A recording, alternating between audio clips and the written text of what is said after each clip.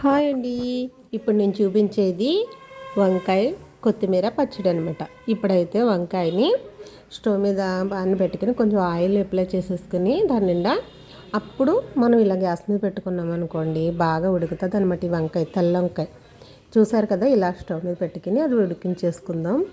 ఈలోపు అయితే ఒక మూకుట్లో కొద్దిగా ఆయిల్ వేడి చేసేసుకుని ఇప్పుడు పచ్చిమిరపకాయలు కడిగేసి ముక్కలు కట్ చేసి పెట్టుకుందాం. కొత్తిమీర బాగా చేసుకుని ముక్కలు కట్ చేసి పక్కన పెట్టేసుకున్నాం. ఇప్పుడైతే ఈ ముగ్గుట్లో పచ్చిమిరపకాయలు వేసి వేపుకుందాం. ఈ పక్కనేమో వంకాయ వేగుతుంది. చూసారు కదా, వేపటం కాదండి, వంకాయ కాలుస్తున్నాం. వంకాయ పచ్చడి రోట్లో చేసుకుంటే చాలా బాగుంటుంది. ఆ రోటి పచ్చడి ఇప్పుడు మిరపకాయలు వేగిన తర్వాత కొత్తిమీరని వేసేసుకుందాం. కడిగేసి ముక్కలు కట్ చేసి పెట్టుకున్న కొత్తిమీర కూడా వేసుకుని వేపేసుకుందాం. ఇక్కడ వంకాయ రెడీ అయిపోతుంది. చూసారు కదా, కొత్తిమీర పచ్చిమిరపకాయలు వేగిపోయినాయి. ఇదైతే పక్కన పెట్టేసుకుని 2 టమాటాకాయలు ముక్కలు కట్ చేసి పెట్టుకున్నాము, అవి వేసుకుని ఈ టమాటా ముక్కలను కూడా బాగా వేపేసుకుందాం. ఇక్కడైతే మన వంకాయ కాలిపోయింది, బాగా ఉడికిందనమాట. పక్కన పెట్టుకుని ఈ టమాటా ముక్కలు కూడా బాగా వేగిపోవాలండి, పచ్చివాసన లేకుండా. ఇలా మెత్తగా చూసారు కదా, ఇలా వేగిపోయిన తర్వాత ఇది కూడా చల్లారనిద్దాం. ఇక్కడ పక్కన పెట్టుకుని ఇప్పుడు చల్లారిన ఈ వంకాయ పైన ఉన్న ఆ తొక్కనంతా కూడా తీసేయాలి, వలిసేయాలి అనమాట. బాగా ఉడికిపోయిందండి, చాలా బాగా ఉడికింది కదా. ఈ వంకాయ పచ్చడి స్పెషల్గా అక్క విజయక్క చేస్తుందనమాట. ఈ వంకాయ పచ్చడి చాలా బాగుందండి. రోటి పచ్చడి అంటేనే బాగుంటుంది కదా.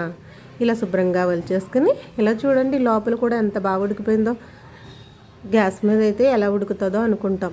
చాలా బాగా ఉడికింది కదా. ఇప్పుడైతే ఇవి పచ్చివే అనమాట. ఎల్లుల్లిపాయ జీలకర్ర వేసి కొంచెం ఉప్పు వేసుకుని ఇప్పుడు దాన్ని కుమ్మేసుకుందాం. రోట్లో వేసుకుని రోలు కడిగేసుకుని శుభ్రంగా ఆరబెట్టేసుకున్న రోలు అనమాట అది, ఆ చెమ్మ లేకుండా. ఆ వెల్లుల్లిపాయ జీలకర్ర ఉప్పు దంచుకున్న తర్వాత మనం వేపి పక్కన పెట్టుకున్న పచ్చిమిరపకాయ కొత్తిమీర టమాటాని కూడా వేసుకుని శుభ్రంగా దంచేసుకుందామండి. రోటి పచ్చడి అంటేనే దాని టేస్టే వేరే లెవెల్లో ఉంటుంది కదా. ఎంత ఓపికగా చేస్తుందండి మా అక్క. ఇప్పుడైతే ఈ మనం వలిసి పక్కన పెట్టుకున్న వంకాయని కూడా వేసేసుకుందాం. వంకాయ కూడా చాలా బాగా ఉడికింది కాబట్టి బాగా మెత్తగా కచ్చాపిచ్చా కింద ఉండాలండి. బాగా పేస్ట్ లాగా అయితే దంచుకోకూడదు. ఇలా కచ్చాపిచ్చా కిందే మనం ఉప్పు సరిపోతే చూసుకుని మళ్ళీ వేసుకోవచ్చు. ఇలా దంచేసుకుని ఒక ప్లేట్లోకి అయితే తీసేసుకుందాం. ఇదిగో రెడీ అయిపోయింది పచ్చడి. చూసారా, చూస్తుంటేనే నోరు ఊరిపోతుంది అనమాట. ఇప్పుడైతే ఒక గిన్నెలోకి తీసేసుకుందాం.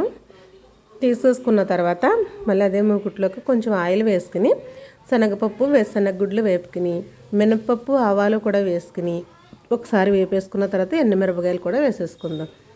ఎండుమిర్చి కూడా వేసుకుని దోరగా వేగించుకుందామండి. అసలు ఆ వేడివేడి తాలింప పచ్చట్లో వేస్తే ఉంటుందండి, చాలా బాగుంటుంది అనమాట.